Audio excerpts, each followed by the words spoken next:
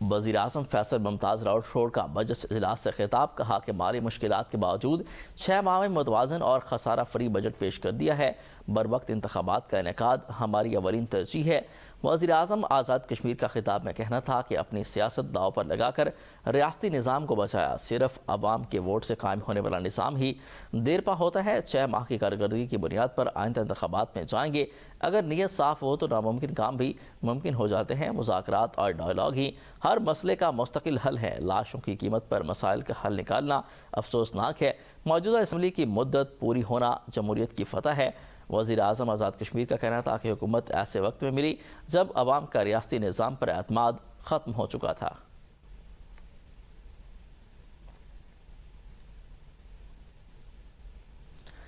P D M نے پنجاب بھر میں آندھی، بارشوں اور ژالہ باری کا الرٹ جاری کر دیا۔ 1 سے 6 جولائی تک لاہور، راولپنڈی، مری، فیصل آباد سمیت مختلف اضلاع میں بارشوں کی پیش گوئی کی گئی۔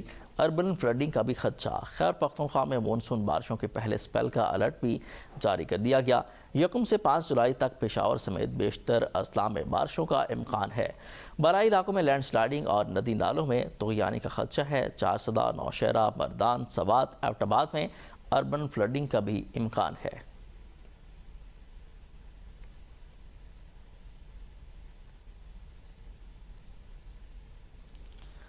پوری دنیا اس وقت شدید موسمیاتی تبدیلیوں کی زد میں ہے۔ یورپ تنور کی طرح دہک رہا ہے۔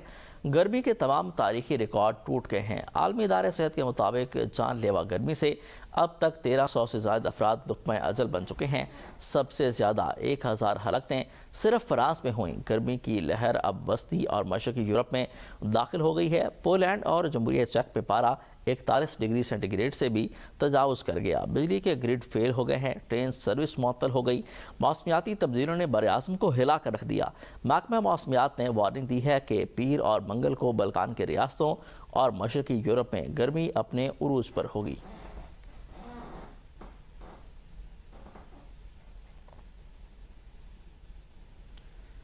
سندھ طاس معاہدہ 19 ستمبر 1960 میں پاکستان اور بھارت کے درمیان عالمی بینک کی ثالثی میں طے پایا۔ معاہدے پر اس وقت کے پاکستانی صدر ایوب خان اور بھارتی وزیر اعظم جواہر لال نہرو نے دستخط کیے تھے۔ معاہدے کے تحت 6 دریاؤں کو 2 حصوں میں تقسیم کیا گیا۔ راوی، بیاس اور ستلج کے پانی کے حق استعمال کا حق بھارت کو دیا گیا، جبکہ سندھ، جہلم اور چناب کے پانی کا بنیادی حق پاکستان کو دیا گیا۔ تاہم بھارت مسلسل آبی جارحیت کا مرتکب ہوتا آ رہا ہے۔